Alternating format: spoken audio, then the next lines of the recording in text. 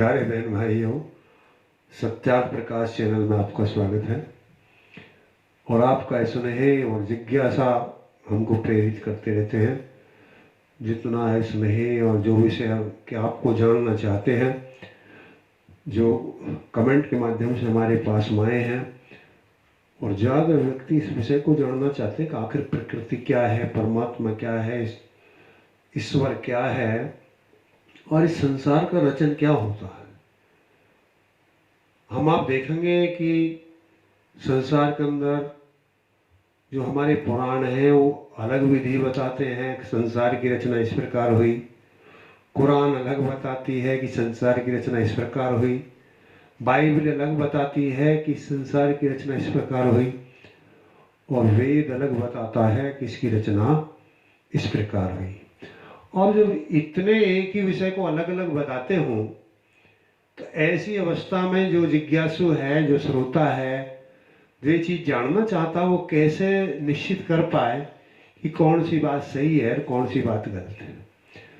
इस बात के लिए हम कहेंगे कि जो हम पूर्व जैसा कह चुके हैं कि ईश्वरीय ज्ञान केवल वेद है, और जो कुरान है, पुराण है, बाइबल है, गुरु ग्रंथ है या भगवद गीता आदि पुराण है, ये ईश्वरीय ज्ञान नहीं है।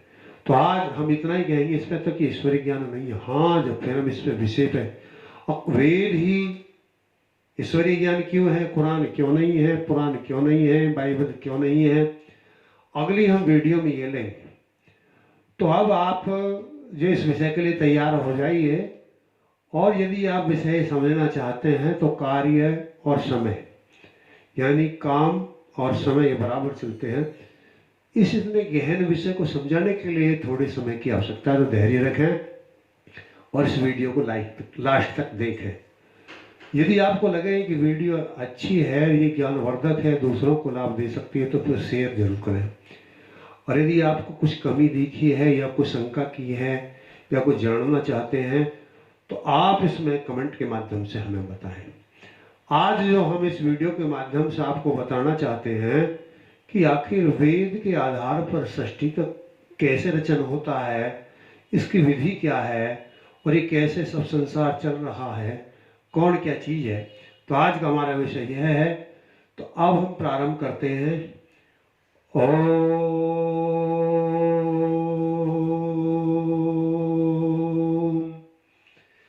मूल विषय जो इसमें है वो ऋग्वेद के अंदर है, और ऋग्वेद में इसकी व्याख्या की गई है। ओम द्वा सुपर्णा सयुजा सखाया समानं वृक्षं परिसृजाते तयोरन्यपिप्लं स्वाद्वातं समन्योऽभिचाक्षीति।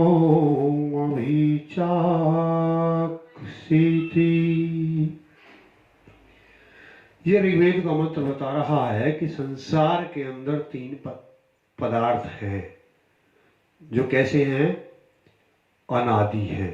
अनादि का मतलब जो कभी ना बने हैं ना कभी नष्ट होते हैं, यानी सदैव थे और सदैव रहेंगे। आपको खैर आपत्ति हो सकती है कि जब संसार में सब चीज बनती है तो आखिर ये तीन पदार्थ क्यों नहीं बनते। तो ये तो हम अगले वीडियो में चर्चा करेंगे जब कारण को आएगा कि कारण क्या है और उसका कारण क्यों नहीं होता है। आज का विषय ये नहीं है। आज का तो विषय हमारा यह है कि तीन संसार के अंदर पदार्थ ऐसे हैं जो अनादि हैं। उनमें एक पहला जो पदार्थ है वो है परमात्मा, और जो दूसरा पदार्थ है वो है आत्मा, और जो तीसरा पदार्थ है वो है प्रकृति। ये तीनों पदार्थ सदा से हैं, सदा रहेंगे। इनको कोई भी न परमात्मा भी बना सकता है न बिगाड़ सकता है। अब आप जानना चाहेंगे कि पदार्थ क्या हैं, कैसे हैं, इनका आपस में क्या सामंजस्य है, क्या मेल है। तो कुछ गुण ऐसे हैं कि जिन गुणों के आधार पर ये तीनों पदार्थ एक जैसे हैं। एक ही गुण केवल ऐसा है, सत्य, कि ये तीनों पदार्थ सदा रहते हैं और सदा रहेंगे। इस गुण के आधार पर दोनों पदार्थ, तीनों पदार्थ एक जैसे हैं। ईश्वर में, आत्मा में और प्रकृति में कोई अंतर इस गुण के अंतर्गत नहीं है। लेकिन जब अन्न जो आते हैं, जो दो पदार्थ हैं, वो चेतन है, और जो तीसरा पदार्थ प्रकृति वो जड़ है। अब यहाँ डिफरेंस आ जाता है, अंतर है यहाँ। अब प्रकृति जो है चेतन नहीं रही है, चेतन ना थी, न चेतन है, न चेतन होगी। और जो परमात्मा है वो चेतन था, चेतन है, चेतन रहेगा। इसी प्रकार आत्मा भी चेतन थी, चेतन है और चेतन रहेगी। तो ये जो व्याख्या है, अब एक तीसरा गुण ऐसा है जो इन दो पदार्थों को भी इतर करता, अलग करता। जैसे हमने बताया कि ये दो गुण तो समान हैं, कि दोनों चेतन हैं, दोनों सदा रहते हैं और दोनों पालन भी करते हैं। इस कुछ गुण ऐसे हैं जिनमें दोनों समान हैं। संसार के कारण, निमित्त कारण भी दोनों हैं, लेकिन एक मुख्य कारण निमित्त कारण है, साधारण निमित्त कारण है। लेकिन एक कारण विशेष ऐसा है जो फिर इन दोनों चीजों को भी अलग करता है, इन दोनों पदार्थों को भी अलग करता है।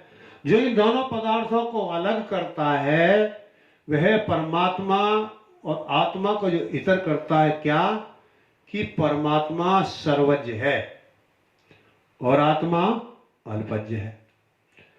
परमात्मा कोई न्यूनता नहीं है, कोई सर्वज्ञ होने की वजह से उसे कोई आविष्कार करने की आवश्यकता नहीं पड़ती, कोई संशोधन करने की आवश्यकता नहीं पड़ती, कोई आविष्कार नहीं करता।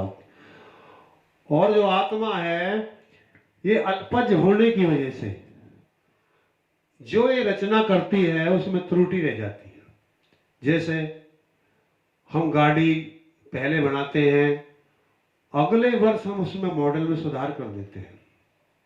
देखेंगे कितनी बड़ी गाड़ी हो, कितने बढ़िया इंजीनियर हो, कितनी ऊंची कंपनी हो, लेकिन जो उनकी पहले उन्होंने बनाया था, अगले वर्ष या 2 वर्ष बाद वो विवश हो जाते हैं कि उसमें सुधार करें।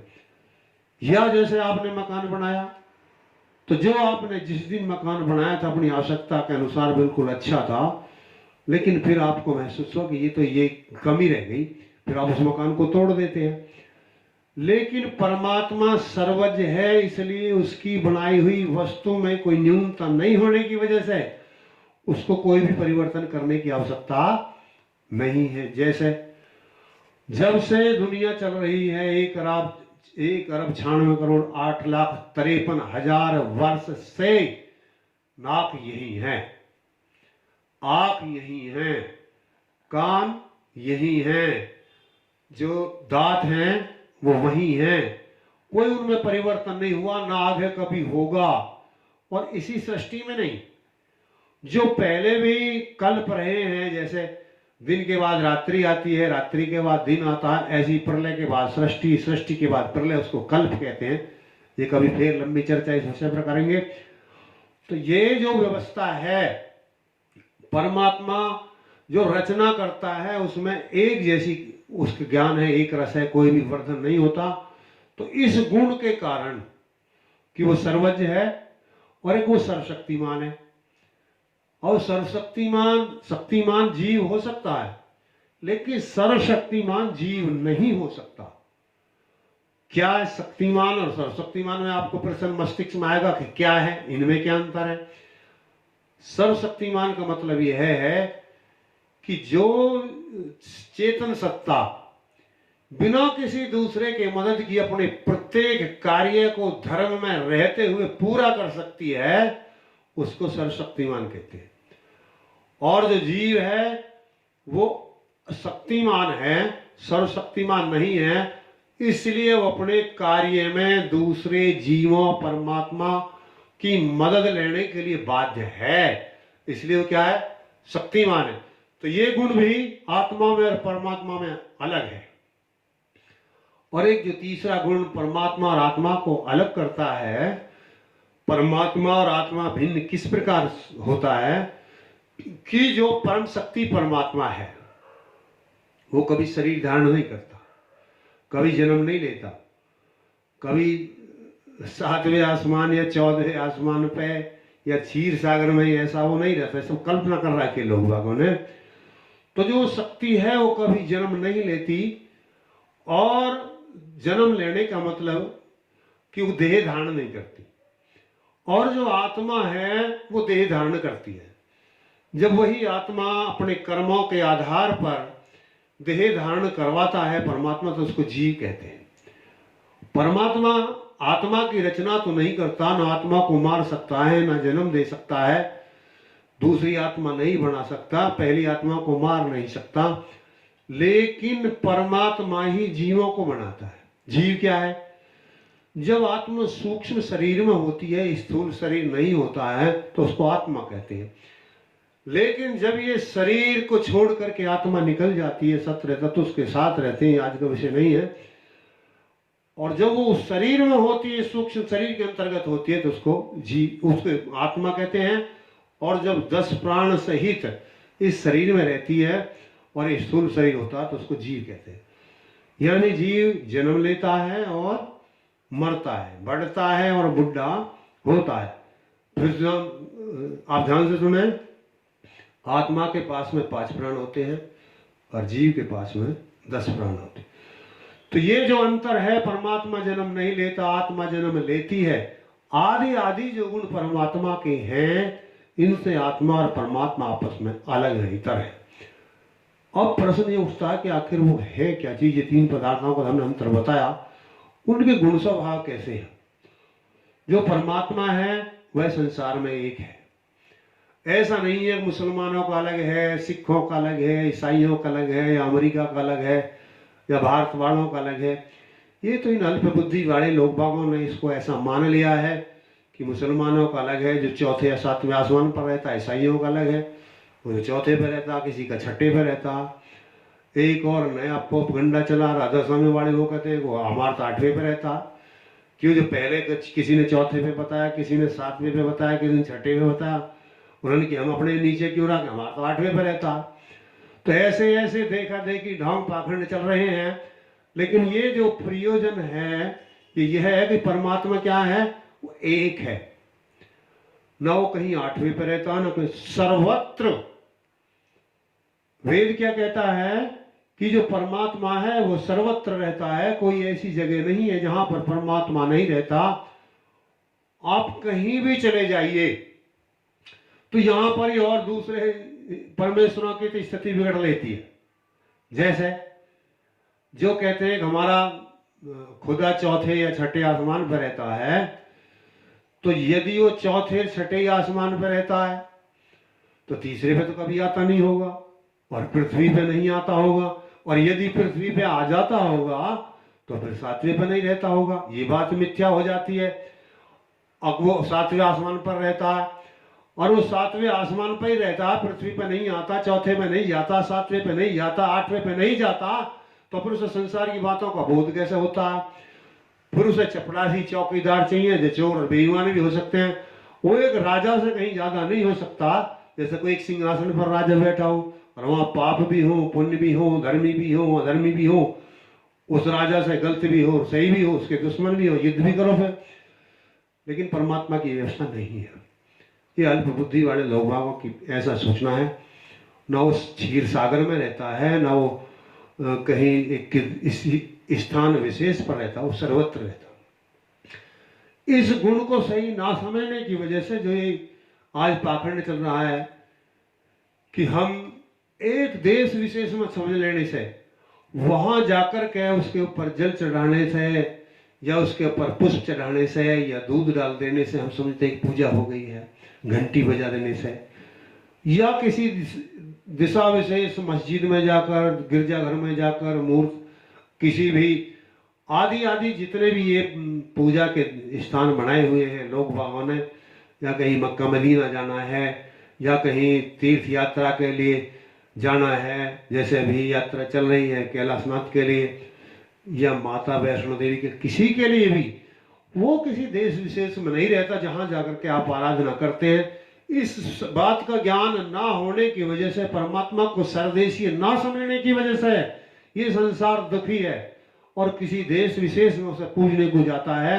वो ये नहीं समझता वो परमात्मा मेरे भी पास है, मैं जहां वहां जाकर उसकी जो आराधना करूंगा, जो अर्चना करूंगा, वो यहाँ भी सुन लेता है। उसका इस बात से कोई संबंध नहीं है कि आप कितनी बार उसका ध्यान करते हैं, कितनी बार उसका नाम लेते हैं, कितनी बार उस पर पुष्प चढ़ाते हैं, कितनी बार आप जल चढ़ाते हैं, दूध चढ़ाते हैं, कितनी बार आप नमाज पढ़ते हैं, कितनी बार आप सजदा करते हैं। इसका कोई मतलब उससे नहीं है। उसका मतलब आपकी भावना से है। आप भावना में कितने अच्छे हैं, कितने बुरे हैं, कितने दुराचारी हैं, कितने मिथ्यावादी हैं, कितने दूसरे के व्यक्तियों का हनन करते हैं, दूसरे जीवों को कितना सताते हैं, आप कितने ईमानदार हैं। केवल केवल केवल इस बात से परमात्मा का संबंध है। आप कहीं पूजा करने नहीं जाइए, अर्चना करने मत जाइए, और आपके अंदर ये गुण है, सत्यता आधारित है, आप किसी दूसरे जीव को किसी भी प्रकार का दुख नहीं देते, सुख देते हैं, तो आप परमात्मा के सबसे बड़े भक्त हैं।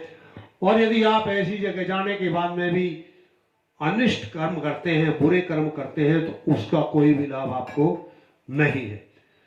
तो फिर परमात्मा ऐसे गुणों का एक समूह है, जो ऐसी शक्ति है जो सर्व संसार की क्या है, एक है। क्या है? सर्वज्ञ है। वो क्या है? न्यायकारी है। न्यायकारी का मतलब क्या है कि वह परमात्मा हम सब जीव जैसा करते हैं, अच्छा करें या बुरा करें, सबको देखता है और सबका फल यथावत देता है। इसलिए वह परमात्मा क्या है? न्यायकारी है। हमने जो कर्म किया है उसके फल को रोक नहीं सकता, इसलिए उस परमात्मा को न्यायकारी, उसको दयालु भी कहते हैं। परमात्मा दयालु भी है। अब आपको संशय होगा कि ये दोनों विपरीत गुण कैसे हो सकते हैं। जो न्याय करेगा तो दया नहीं कर सकता, दया करेगा तो न्याय नहीं कर सकता। परमात्मा के अंदर ये दोनों गुण है। कैसे? वो न्याय भी करता है, वो दया भी करता है। किस प्रकार करता है कि जब हम जैसा कर्म करते हैं जो उसका फल देता है, जब वो न्याय करता है, और जो जिसके लिए हमने कोई कर्म नहीं किया फिर भी हमारे जीवनार्थ परोप के आधार पर हमको जो जीवने की व्यवस्था स्थिति देता है। आप देख लीजिए, आप एक मनुष्य को एक दिन में जीने के लिए लगभग जितने साधनों की आवश्यकता है वो लाखों में है। और वो जैसे सूर्य है, चंद्रमा है, पृथ्वी है, अन्नों की आवश्यकता है और ऑक्सीजन है, ये सब क्या परमात्मा किसी एक विशेष को व्यक्ति को दे? सबके लिए निःशुल्क दे रहा है। और जो दुष्ट जीव होते हैं, जो दूसरों को तंग करते हैं, उन्हें दंड देकर परमात्मा उन जीवों के साथ दया करता है जिनको वो जीव सताते। जो दुष्ट जीव थे, जो अच्छे जीवों को सताते, उन्हें दंड देकर के परमात्मा दया करता है। उन जीवों पर दया करता है जो जैसा कर्म कर लेने के बाद भी कुछ कर्म से भी अलग, जो सबके लिए हमने बताया, ऐसा करता। और उस परमात्मा के अंदर एक विशेष गुण है। क्या है? कि वो सर्वव्यापक है। सर्वव्यापक का मतलब हम बता चुके हैं कि सब संसार में वो फैला हुआ है, कोई जगह नहीं है। लेकिन उसके अंदर एक गुण और भी विशेष है जो विरोधी लगेगा आपको। ये सब अच्छा लगता है, समझ में आता है कि वो सब पूरे संसार में रहता है, लेकिन वो सब संसार में रहता है, सब संसार उसके गर्भ में है, लेकिन उसके अंदर एक विशेष सामर्थ्य है कि सब छोटी चीज के अंदर भी है। ये गुण विशेष है। कोई भी चीज जो ऐसी होती है, हम मकान के अंदर हैं, हम गाड़ी के अंदर हैं, हम मंदिर के अंदर हैं, मस्जिद के अंदर हैं, लेकिन मंदिर हमारे अंदर नहीं है, मकान हमारे अंदर नहीं है, मस्जिद हमारे अंदर नहीं है, लेकिन परमात्मा के अंदर समस्त संसार है। और छोटे से छोटे परमाणु के अंदर भी परमात्मा है। संसार के अंदर जो सबसे सूक्ष्म चीज है परमात्मा के बाद वो आत्मा है। आत्मा के अंदर भी परमात्मा है। इस गुण से उसको क्या कहते हैं? वो सर्वव्याप्त है। तो जिस परमात्मा में वो सृष्टि का कर्ता है, सृष्टि का कर्ता परमात्मा है, वह जो भी संसार में कुछ चल रहा है, क्रम है, सबका नियंता है। आदि आदि गुण जिसमें घटित होते हैं, जो कभी जन्म नहीं लेता है, कभी मृत्यु नहीं होती है, कहीं सोता नहीं है, जो सोता नहीं है तो जगता भी नहीं, कभी भूख नहीं लगती, कभी प्यास नहीं लगती, कभी कहीं सभा नहीं लगाता, आदि आदि जो गुण है, इससे उस परमात्मा को क्या कहते हैं? सगुण कहते हैं। यानी जो जो अच्छे गुण हैं वो सब परमात्मा में हैं, इसलिए उसकी सगुण भक्ति या सगुण कहते हैं। और जो जो गुण परमात्मा में नहीं घटते हैं उससे उसको निर्गुण भी कहते हैं। और निर्गुण कैसे है? जैसे परमात्मा कभी अन्याय नहीं कर सकता, परमात्मा कभी जन्म नहीं ले सकता, परमात्मा जैसा जीव कोई कर्म करता है उसको रोक नहीं सकता, उसको फल देने अनित्य राशक है। तो जो ऐसे वो स्वयं जन्म नहीं ले सकता, नहीं परमात्मा को नहीं बना सकता, किसी आत्मा को नहीं मार सकता, ना नई आत्मा बना सकता है, तो ये आदि आदि जो गुण उसके अंदर नहीं है, उससे परमात्मा को क्या कहते हैं? निर्गुण कहते हैं। तो हमने यत्न किया थोड़े समय में हम आपको ये बता पाए कि वो परमात्मा, वो शक्ति वो कैसी है। वो ना मंदिर में रहती है किसी एक जगह, वो मंदिर में भी रहती है, केवल मंदिर में नहीं रहती है, वो मस्जिद में भी रहती है लेकिन केवल मस्जिद में नहीं रहती है। और सातवां आसमान, चौथा आसमान, ये तो कल्पना है, उनको ये भी बोध नहीं है कि आखिर आसमान होता क्या। आसमान उन्होंने पता नहीं किला समझ लिया, कोई महल समझ लिया, कोई बिल्डिंग समझ ली, क्या समझ लिया, जिसके सातवें सातवें आसमान पर रहते हैं। आसमान का मतलब खुला ओपन, और उसमें सीढ़ी कैसे हो सकती है, वो चौथवा छठा कैसे हो सकता। इसका ये क्या फिलॉसफी है? हमें तो कोई ऐसा मुल्ला मौलवी कोई उनका विशेषज्ञ बता नहीं पाया, अब तक हमने अनेकों से बात कर ली। अब वही आप ये सातवें क्या चीज है, कोई बिल्डिंग है, फ्लोर है, क्या बन रहा है, वहीं पर रहता है।